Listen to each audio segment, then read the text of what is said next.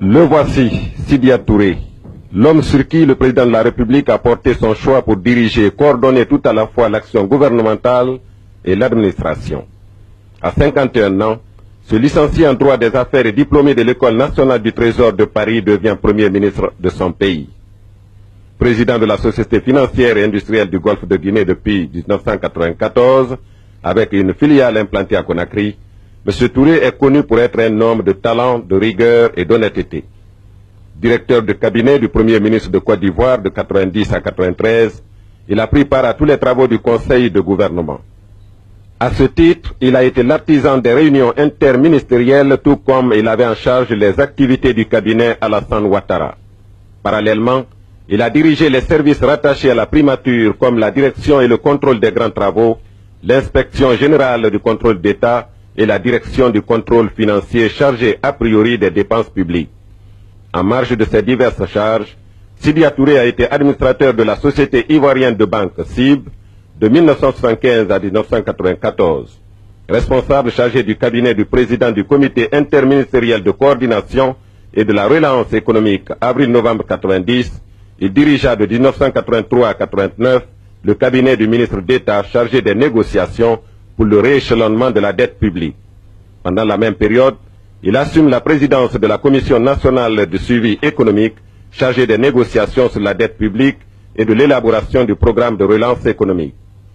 81-83, directeur de cabinet du ministre du Plan et de l'Industrie et directeur général par intérim du Bureau de développement industriel, il est alors responsable de la cellule de base du premier programme d'ajustement structurel de l'industrie ivoirienne. À ce niveau, il a aussi coordonné la mise en place du programme d'assainissement des secteurs économiques.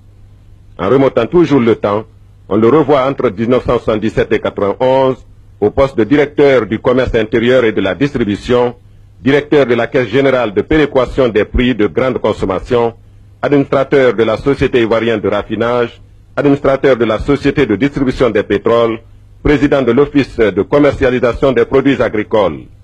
Sorti frais émolu en 1974 d'un stage sur la balance des paiements de l'Institut du FMI, il dirige l'administration générale au ministère du Commerce et coordonne la mise en place du premier ministère du Commerce de la Côte d'Ivoire. La carrière de ce technocrate guinéen en Côte d'Ivoire aura débuté par sa nomination au poste d'inspecteur du Trésor chargé de la vérification à la direction de la comptabilité publique et du Trésor. Tour à tour, directeur du Trésor chargé des finances extérieures et du crédit, il a pris part à la réforme de la BCEAO et à toutes les revues de l'économie ivoirienne avec le FMI, avant d'être promu conseiller technique du ministre de l'économie et des finances aux assemblées annuelles du FMI de la Banque mondiale 1973-1975. Au terme de 24 années d'un parcours bien tissé au sein de l'administration et des finances de la République sœur de Côte d'Ivoire, Sidya Touré nous revient donc précédé d'une solide réputation. Un Premier ministre technocrate, une nouvelle administration avec de nouvelles méthodes de travail et des agents intègres et dévoués à la cause publique, comme le déclare le chef de l'État. Au demeurant, certains observateurs se posent la question de savoir si M. Touré sera l'homme de la situation, pendant que beaucoup d'autres pensent qu'il le sera assurément. Et comme les défis nous interpellent tous, comme le fait remarquer si bien le président Lansana Conté, la réussite du nouveau gouvernement requiert la participation de tous, quelles que soient les sensibilités politiques. Bonne chance, Monsieur le Premier ministre. Le gouvernement profondément remanié, les objectifs du président Lansana Conté sont clairs. Réussir la cohérence de l'action gouvernementale, rationaliser les méthodes de travail du gouvernement, sélectionner des agents irresponsables sur des critères de compétence, d'intégrité et d'équité, opérer à chaque moment de l'évolution des ajustements éventuels et engager la responsabilité de chacun et de tous vis-à-vis de la communauté nationale. Pour cela, une équipe, des hommes qui pour la plupart n'ont pas encore fêté leur 45e anniversaire. Une équipe dirigée par un Premier ministre chargé de coordonner l'action gouvernementale et gérer l'administration, M. Sidya Touré. Ministre délégué auprès du Premier ministre chargé de l'économie, des finances et du plan, Ousmane Kaba, ancien fonctionnaire au FMI et coordonnateur de la cellule technique d'appui au CCEF. Ousmane Kaba, 41 ans, est docteur en sciences économiques. Ibrahima Kassori Fofana, ministre délégué auprès du Premier ministre chargé du budget et de la restructuration du secteur parapublic, est un habitué du dossier. Né en 1953 à Forêt-Caria et père de 2 enfants, Ibrahima Kassouri Fofana est diplômé de l'Université de Conakry et diplômé du Centre d'études financières, économiques et bancaires de Paris. Le nouveau ministre de la Justice, garde des Sceaux, dont nous n'avons pu avoir les images, est docteur en droit. Maurice Zobele Moutogba a participé à la rédaction de la loi fondamentale. Jean-Paul Sarr, ministre de l'Agriculture, des Eaux et Forêts, autre produit de l'Université guinéenne, est un homme patient qui connaît bien le secteur de l'agriculture. Il est passé par l'École nationale supérieure agronomique de Rennes en France et le Centre international de pêche Kanagawa au Japon. Il a 46 ans. Le ministre de la promotion du secteur privé, de l'industrie et du commerce est né à Frikamaya, à Sigiri, en 1955. Madi Kaba Kamara, entre autres diplômé en gestion financière, crédit et développement du Centre d'études financières, économiques et bancaires de Paris, il a une maîtrise en sciences économiques de Tennessee aux États-Unis. Alpha Ousmane Diallo, qui occupe le portefeuille de l'urbanisme et de l'habitat, est un éminent chirurgien qui très tôt s'est engagé à soutenir les actions du président Lansana Conté. Un nouveau département, le ministère de l'enseignement technique et de la formation professionnelle, confié à M. Almamé Djabi. Né à Boké en 1943, ce professeur de mathématiques a formé beaucoup de cadres guinéens.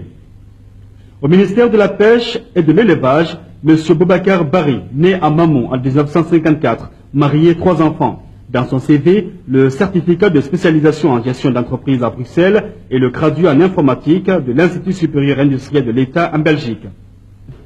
Moussa Sampil, ministre de la Sécurité, un DEA en droit public à la Sorbonne à Paris, le nouveau ministre est un magistrat bien connu dans les tribunaux de la Moyenne-Guinée. Il est né en 1954 à Conakry. Madame Saran Daraba Kamara, si vous l'avez rencontrée une fois, elle vous laisse l'image d'une femme dynamique qui ne sait pas compter sur les autres. Née à Dubreka en 1946, Saran Daraba, Madame Kaba, est diplômée en pharmacie de l'Université Martin Luther King de Halle en Allemagne. Au ministère de la Jeunesse, Madame Silla Kumba Diakité, le dossier pour elle n'est pas nouveau. Kumba Diakité est née en 1951 à Boké, diplômée de l'Université de Conakry, une solide formation professionnelle. Elhadj Almami Fodé Silla, ministre secrétaire général de la présidence, est un enseignant qui a participé à la formation de beaucoup de cadres guinéens. Ceux qui le connaissent gardent de lui l'image d'un homme honnête et convaincant qui repugne de tourner autour du pot. L'ambassadeur de la Guinée en France est désormais chef de la diplomatie guinéenne. Lamine Camara, bon négociateur, est né à Kouroussa. Il a récemment publié un roman, Safrin ou le duel au fouet. Le ministère des Transports, des Télécommunications et du Tourisme revient à Celo Dalen Diallo, le deuxième du nom au gouvernement. Né en 1952 à Dalen, en Labé, cet analyste financier a été formé après l'Université de Conakry, au Centre d'études financières, économiques et bancaires de Paris et à l'Institut du FMI sur l'analyse de la politique financière à Washington. Voilà le nouveau visage du nouveau gouvernement, un nouveau tournant est amorcé. La confiance portée à la jeunesse, les défis sont grands. Cependant, la réussite du mouvement ne souffre d'aucun doute. L'équipe est déjà constituée, les hommes se connaissent depuis presque toujours.